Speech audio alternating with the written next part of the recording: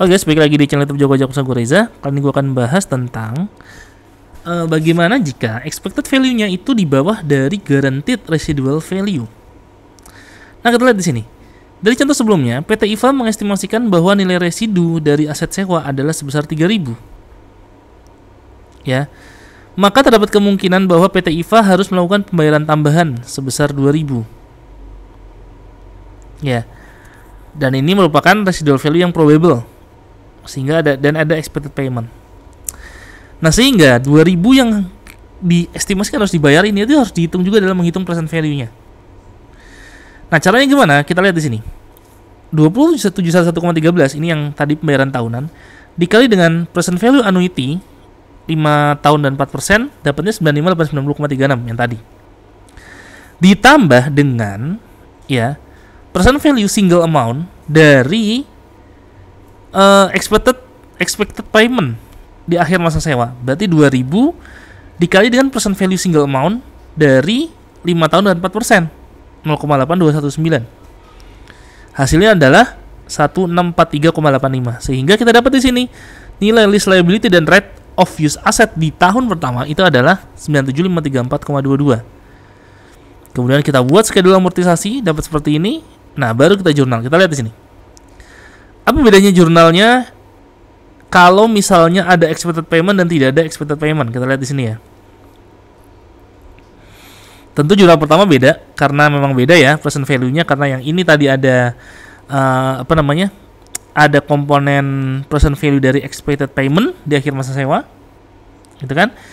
Kemudian jurnal pembayaran sewa yang pertama dia sama, tidak ada bedanya. Ya. Karena memang tadi nilai sewanya itu sama, angsuran sewanya itu sama setiap tahun. Kemudian tentu nilai interest expense menjadi berbeda karena di sini ada perbedaan dari nilai carrying amount-nya. Seperti itu. Kemudian depreciation expense-nya juga beda karena tadi base-nya beda. Yang satu tadi menghitung present value dari expected amount di expected payment di akhir tahun. Di akhir masa sewa, sorry. Sedangkan kalau dia no expected payment tidak ada perhitungan tersebut. Kemudian jurnal pembayaran sewa kedua, ini artinya yang 1 Januari ya. Ini sama ya, sama. Karena memang jurnalnya adalah dia membayar cash sebesar 2711,11 sama. Kemudian juga untuk, nah ini kita lihat, jurnal pada akhir masa sewa. Nah ini agak sedikit berbeda. Nah, kita lihat ya, diasumsikan jika nilai aset di akhir tahun ternyata itu 3.000.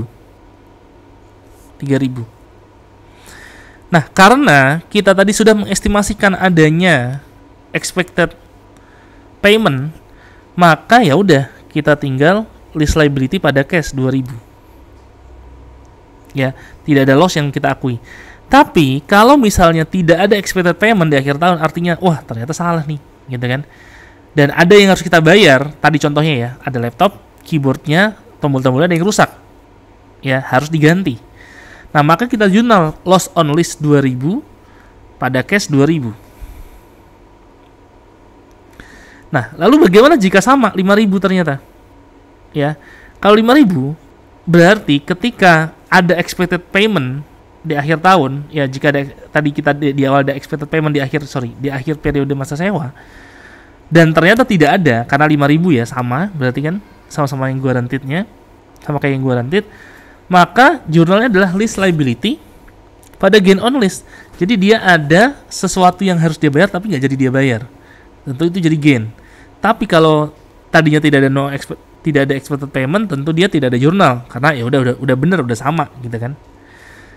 Nah, yang terakhir, bagaimana jika nilai aset yang dikembalikan 0? Artinya hilang, rusak, musnah, atau apalah. Kalau rusak masih bisa dijual, tapi ini musnah. Entah injek truk lah, nggak bisa dibenerin, dan seterusnya. Maka jurnalnya adalah, untuk yang tadinya ada expected payment, dia loss-nya yang dihitung cuma 3 juta nih guys. Kenapa 3 juta? 3.000. Kenapa? Karena yang 2.000 sudah dihitungkan tadi, udah diekspektasikan nih dia harus bayar. Oh, ternyata ada 3.000 yang di luar ekspektasi, maka jurnalnya adalah lease liability 2.000, loss on lease 3.000 dan cash-nya yang dibayar 5.000. Tapi jika misalnya dia no expected payment, maka dia di jurnal sebagai loss semua 5.000 gitu guys. Jelas ya? Harusnya jelas sih. Gak terlalu susah sebenarnya. Nah, sekarang kita lihat lagi. Bagaimana jika dia unguaranteed residual value? Gimana jika dia unguaranteed residual value? Nah, jika unguaranteed, maka di sini kita lihat ya. Ini hitungan yang lesor ya guys. Ini hitungan yang lesor. Jadi cara ngitung lesor tuh 60.000. 60.000 tuh ini ya nilai wajarnya dulu. Dikurangi 12.000. Ya dikurangi 12.000. Present value dari 12.000 tadi ya. Jadi ini adalah nilai residu tapi yang tidak digaransi. Sehingga dapatnya jumlah yang diperoleh lesor melalui pembayaran sewa adalah 49924,57. Kemudian dia itu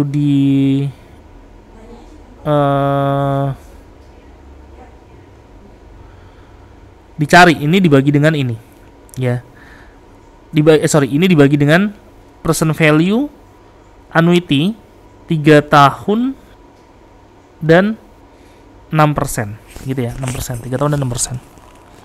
Dapatnya adalah 17.620,07. Tapi ini adalah lesor yang hitung ya. Kalau sebagai lesi udah nerima angka 17.620,07, ntar kita tinggal ngitung 17.620,07 ya, karena di sini ada residual value juga unguaranteed, berarti ya udah tinggal dikali dengan 2,8334. Ini present value annuity 3 tahun 6% gitu guys. Oke, kemudian dibuat schedule amortisasi ya, seperti ini 49.929,57. Ingat yang pertama tadi dia dibayar di awal tahun ya, setiap awal tahun, berarti tidak ada bunga yang diakui dan seterusnya. Jurnalnya gimana? Jurnalnya adalah jika misalnya dia ternyata nilainya jadi 0 gitu. Ini kan unguaranteed. Ketika dia jadi 0 ya, jadi 0 gitu. Tentu tidak ada jurnal yang harus dibuat, tidak ada loss, tidak ada pembayaran cash juga, karena dia tanpa digaransi, tidak ada unguaranteed residual value, ya. Sehingga di sini mungkin kerugiannya jadi milik lesor, barangnya rusak, atau misalnya barangnya turunnya nilainya jauh, tidak sampai 12.000. Nah, tapi sebagai lesi tidak ada jurnal yang harus dibuat, karena dia unguaranteed residual value. Jelas ya teman-teman ya, di sini. Oke, kira-kira itu dulu deh yang gue sampaikan di video kali ini. Semoga bermanfaat. Jangan lupa like, subscribe, dan komen channel YouTube gue. Dan apabila kalian masuk video ini bermanfaat, bisa di-share di seluruh sosial media kan Miki. Jangan lupa belajar terus. Bye-bye.